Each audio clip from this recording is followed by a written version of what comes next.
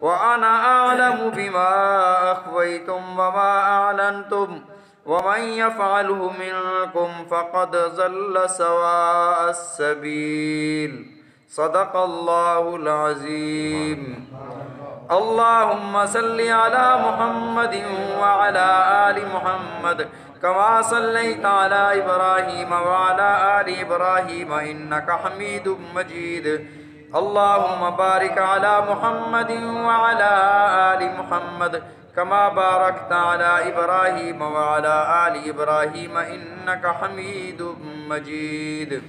سابقہ صورت میں اللہ رب العزت نے منافقین اور کافروں سے بچنے کا حکم فرمایا کہ ان سے بچ کر رہو، ان سے دور رہو، یہ ہمیشہ مسلمانوں کو نقصان پہنچانے کے درپے رہتے ہیں۔ اس سورت کا نام سورہ ممتحنہ ہے۔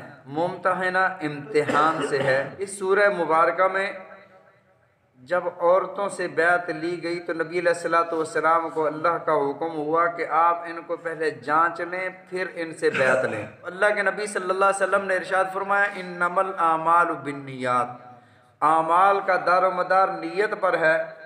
من ہاجر للہ ورسولہ، جس نے اللہ اور اس کے رسول صلی اللہ علیہ وسلم کے لیے ہجرت کی تو اس نے اللہ اور اس کے رسول کے لیے ہجرت کی، اسے ثواب ملے گا۔ اور جس نے کسی عورت کے لیے ہجرت کی کہ وہاں جا کر اس سے نکاح کریں گے تو اس کو وہی ملا جو اس نے نیت کی، اس کو ہجرت کا کوئی ثواب نہیں ملے گا۔ تو ممتحنہ امتحان یعنی جانچنا، پرکھنا، چیک کرنا۔ پہلے دیکھو کہ یہ کس نیت سے بیعت کر رہے ہیں، پہلے ان سے عہد لو پھر ان کی بیعت لو۔ اس آیت میں اللہ رب العزت نے کچھ خاص اصول ارشاد فرمائے اور اس کا پس منظر ایک واقعہ تھا۔ وہ واقعہ یہ تھا، نبی علیہ الصلوۃ والسلام نے 6 ہجری میں حدیبیہ میں کافروں سے معاہدہ فرمایا، صلح فرمائی اہل مکہ سے، قریش سے۔ تو 1 سال تک یہ نباہ نہ کر سکے۔ 1 سال کے اندر اندر انہوں نے شرارتیں شروع کر دیں قریش مکہ نے، اور اس معاہدے کی خلاف ورزی شروع کر دی۔ نبی علیہ الصلوۃ والسلام کے قلب اطہر میں یہ بات تھی کہ جنگ بھی نہ ہو اور انہیں اچانک جا کر قابو کر لیا جائے۔ جنگ میں خون ریزی ہوتی ہے، دونوں طرف سے فریقین، ادھر سے مسلمان شہید ہوتے ہیں، ادھر سے وہ مارے جاتے ہیں۔ تو نبی علیہ الصلوۃ والسلام کی خواہش یہ تھی کہ ایسا کوئی طریقہ کار کیا جائے کہ اچانک جا کر اہل مکہ کو قابو کر لیا جائے اور مکہ فتح ہو جائے، خون ریزی اور جنگ کی نوبت نہ آئے۔ تو نبی علیہ الصلوۃ والسلام نے خفیہ طور پر تیاری شروع فرما دی۔ ایک صحابی تھے حضرت حاطب بن ابی بلتع رضی اللہ تعالیٰ عنہ۔ باقی جتنے بھی مہاجرین تھے جو مکہ سے ہجرت کر کے آئے تھے، ان کے پیچھے اگر کوئی بیوی بچے رہ گئے یا زمینیں جائیداد یا کوئی چیز رہ گئی تو ان کے سنبھالنے والے ان کے قریبی رشتہ دار وہاں موجود تھے۔ لیکن حضرت حاطب بن ابی بلتع وہ صحابی تھے کہ یہ نہ قریشی تھے، نہ ان کا پیچھے کوئی تجارت کا، بیوی بچوں کا، گھر بار کا خیال کرنے والا کوئی تھا۔ یہ اکیلے ہی ہجرت کر کے آئے تھے اور بدر میں بھی انہوں نے شرکت کی تھی۔ انہوں نے ایسا کیا، خط لکھا قریش مکہ کے نام کہ حضرت محمد صلی اللہ علیہ وسلم تم پر حملہ کرنے والے ہیں اور تم باخبر رہو۔ خط کے آخر میں یہ بھی لکھ دیا کہ اگر حضور صلی اللہ علیہ وسلم تنہا بھی مکہ میں آیا تو اللہ انہیں غالب فرما دیں گے۔ ایک بنو مطلب کی لونڈی، ایک خادمہ، ایک باندی آئی ہوئی تھی، آزاد کردہ تھی، ان کے حوالے کیا۔ وہ خط لے کر یہاں سے چلی گئی۔ نبی علیہ الصلوۃ والسلام برابر اس دوران دعا فرماتے رہتے تھے کہ اللہ ہمارے ان حالات کی قریش کو خبر نہ ہونے دینا۔ نبی علیہ الصلوۃ والسلام کی دعا قبول ہو چکی تھی۔ جب یہ عورت خط لے کر چلی یہاں سے تو حضرت جبرائیل علیہ السلام نبی علیہ الصلوۃ والسلام کی خدمت میں حاضر ہوئے۔ عرض کیا اللہ فرماتے ہیں کہ آپ کا یہ راز نہیں رہا، یہ خط لکھ کر ان کو بھیج دیا گیا ہے۔ نبی علیہ الصلوۃ والسلام نے حضرت علی، حضرت زبیر، حضرت مقداد بن اسود رضی اللہ تعالی عنہ، ان تینوں حضرات کو بلایا اور فرمایا کہ ایک عورت جا رہی ہے، اس کے پاس خط ہے، وہ تمہیں روضہ خاخ پر ملے گی، ایک جگہ کا نام ہے، وہاں ملے گی، وہاں جا کر اس سے خط لے آؤ۔ اب یہ تینوں حضرات وہاں سے چلے، گھوڑے دوڑائے، اس عورت تک پہنچے۔ عورت نے کہا کہ میری تلاشی لو لے، میرے پاس تو کوئی خط ہی نہیں ہے۔ تلاشی لی گئی، اونٹ کی تلاشی لی گئی، اس کی تلاشی لی گئی، کوئی چیز نہ ملی۔ حضرت علی رضی اللہ تعالیٰ نے فرمایا کہ خط تیرے پاس موجود ہے، یہ ہو ہی نہیں سکتا کہ ہمارے رسول صلی اللہ علیہ وسلم فرمائیں اور تیرے پاس خط نہ ہو، یہ تو ہو ہی نہیں سکتا۔ خط تیرے پاس ہے، بے شک ہمیں ملتا نہیں ہے، خط دے دو نہیں تو ہم نے تمہیں برہنہ کر کے اچھی طرح تلاشی لینی ہے۔ جب اس نے دیکھا کہ اب تو یہ پیچھے جانے والے نہیں ہیں تو اس نے مینڈیاں کھولیں، بالوں کے نیچے سے خط نکال کے دیا۔ خط لے کر نبی علیہ الصلوۃ والسلام کی خدمت میں حاضر ہوئے۔ بخاری اور مسلم شریف کی جو روایت ہے اس میں یہ الفاظ ہیں، یخبر ببعض امر رسول اللہ صلی اللہ علیہ وسلم، اس میں نبی علیہ الصلوۃ والسلام کے بعض امور کی نشاندہی کی گئی تھی، بتایا گیا تھا، خبر دی گئی تھی۔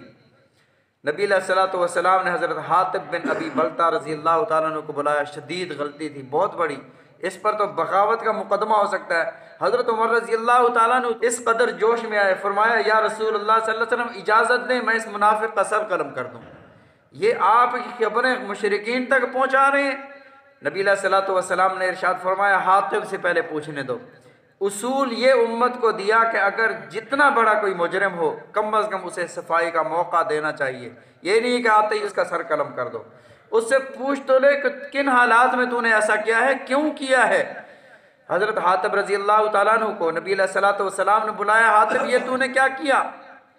عرض کیا یا رسول اللہ صلی اللہ علیہ وسلم سب کے رشتہ دار مہاجرین کے وہاں موجود ہیں، ان کے گھر والوں کی خبر گیری کرنے والا کوئی نہ کوئی موجود ہے، میرا وہاں پر کوئی نہیں ہے۔ میں نے یہ سوچا کہ میرے اس خط سے آپ کی فتح میں، آپ کی نصرت میں کوئی کمی نہیں آئے گی، البتہ میرا یہ ہو جائے گا کہ وہاں جو مشرکین ہیں، وہاں جو قریش ہیں، وہ میرے بچوں کے ساتھ نرم رویہ اختیار کریں گے، میرا ایک ان پر احسان ہو جائے گا۔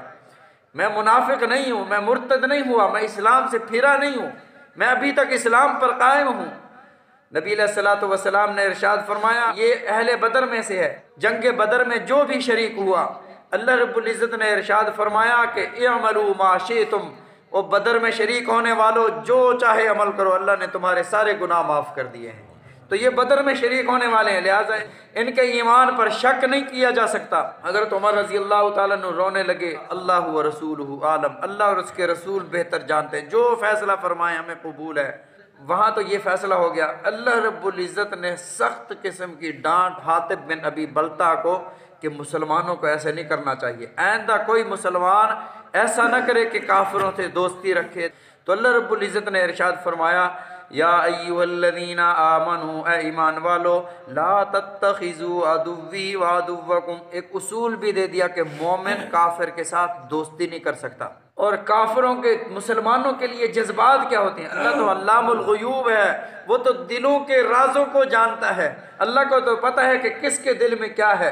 فرمایا ایمان والو لا تتخذوا عدوی وعدوکم، میرے دشمنوں کو، جو اللہ کا کون کچھ بگاڑ سکتا ہے، جو مومن کا دشمن ہے اللہ نے اسے اپنا دشمن قرار دیا، تو اللہ فرماتے ہیں جو پھر اللہ کا دشمن ہے تم بھی اسے اپنا دشمن قرار دو۔ نہ بناؤ میرے دشمن کو وعدوکم، نہ اپنے دشمن کو اولیاء، دوست نہ بناؤ، کسی کافر کے ساتھ یارانہ نہ رکھو۔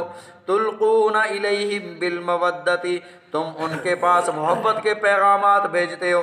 وقد کفروا بما جاءکم الحق، حالانکہ قد کفروا، انہوں نے کفر کیا، بما جاءکم الحق، جو حق کے ساتھ تمہارے پاس آیا، تمہارے پاس قرآن آیا اللہ کی طرف سے، تمہارے پاس رسول آیا، اس کا انہوں نے انکار کیا۔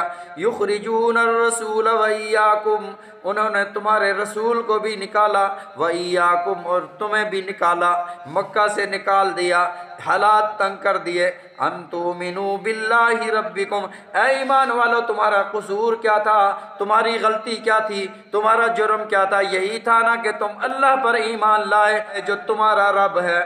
اصحاب الاخدود کے بارے میں اللہ رب العزت نے ارشاد فرمایا انہیں آگ میں خندق میں ڈالا گیا، وما نقموا منہم الا ان یؤمنوا باللہ العزیز الحمید، ان کا قصور یہ تھا کہ وہ اللہ پر ایمان لائے جو اللہ تعریفوں والا ہے، اور تمہارا بھی یہی قصور تھا، تمہارا بھی یہی جرم تھا کہ تم اپنے رب پر ایمان لائے۔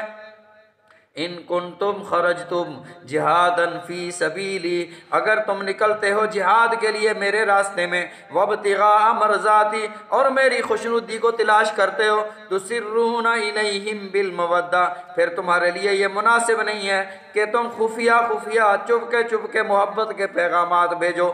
وَأَنَا أَعْلَمُ بِمَا أَخْفَيْتُمْ وَمَا أَعْلَنْتُمْ، میں جانتا ہوں بما اخفیتم، جو تم چھپاتے ہو، وما اعلنتم، اور جو تم ظاہر کرتے ہو۔ اللہ فرماتے ہیں مجھے علم ہے۔ وَمَن يَفْعَلْهُ مِنْكُمْ، آئندہ کے لیے اعلان یہ ہے جو بھی ایسے کرے گا، وَمَن يَفْعَلْهُ مِنْكُمْ، تم میں سے پھر کسی نے اگر ایسا کیا، فَقَدْ ضَلَّ سَوَاءَ السَّبِيلِ، بے شک وہ صراط مستقیم کے راستے سے ہٹ جائے گا، وہ بہک جائے گا، وہ گمراہ ہو جائے گا۔ إِن يَثْقَفُوكُمْ يَكُونُوا لَكُمْ أَعْدَاءً وَيَبْسُطُوا إِلَيْكُمْ، اگر یہ کافر تم پر قابو پالیں، یکونوا لکم اعداء، یہ تمہارے دشمن ہیں، بھرپور دشمنی نکالیں، وَيَبْسُطُوا إِلَيْكُمْ، اور اپنے ہاتھوں کے ذریعے تم پر قابو پائیں، ہاتھوں کے ذریعے تمہاری ایذا رسانی کریں، ایدیہم وَأَلْسِنَتَہم، اور زبان درازی کرتے ہیں، بالسوء، برائی کے ساتھ، وَوَدُّوا لَوْ تَكْفُرُونَ، اور یہ چاہتے ہیں کہ مسلمان اسلام کو چھوڑ کر دوبارہ کفر کی طرف آ جائے۔ کوئی بھی کافر ہو، وہ بے شک یہودی ہو، عیسائی ہو، یا ہندو ہو، بدھ مت ہو، کسی بھی کفر سے تعلق رکھتا ہو، کسی بھی ملت سے ہو، ہر کافر یہ چاہتا ہے کہ مسلمان بے شک ہندو نہ ہو لیکن کم از کم مسلمان نہ رہے، مسلمان بے شک یہودی نہ ہو، کم از کم اسلام تو چھوڑ دے۔ فرمایا یہی چاہتے ہیں کہ تم اسلام چھوڑ دو۔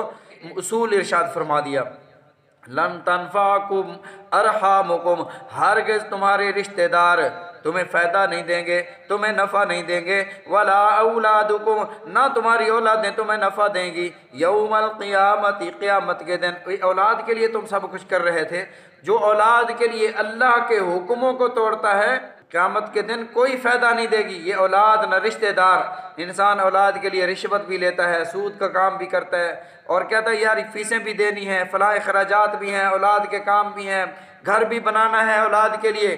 اللہ فرماتے ہیں اولاد کے لیے اللہ کے حکموں کو جو توڑتے ہو، یہ اولاد تمہیں قیامت کے دن کوئی نفع نہیں دے گی۔ اولاد کی خاطر رب کو ناراض نہ کرو۔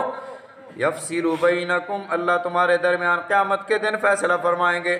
واللہ بما تعملون بصیر، جو بھی تم عمل کرتے ہو، جو بھی تم کام کرتے ہو، اللہ دیکھنے والے ہیں، بصیرن، اور اللہ ایسا دیکھتے ہیں جیسا کوئی دیکھتا نہیں ہے۔ اللہ کی تو شان یہ ہے، علیم بذات الصدور، تم سوچتے بعد میں ہو، اللہ کو پہلے پتہ چل جاتا ہے کہ اس نے کیا سوچنا ہے۔ فرمایا واللہ بما تعملون بصیر، جو بھی تم عمل کرتے ہو اللہ ان اعمال کو دیکھنے والا ہے۔ اللہ تعالی ہم سب کو قرآن پاک سمجھنے کی، عمل کرنے کی توفیق عطا فرمائے، نبی علیہ الصلوۃ والسلام کے فرامین سمجھنے کی، عمل کرنے کی توفیق عطا فرمائے۔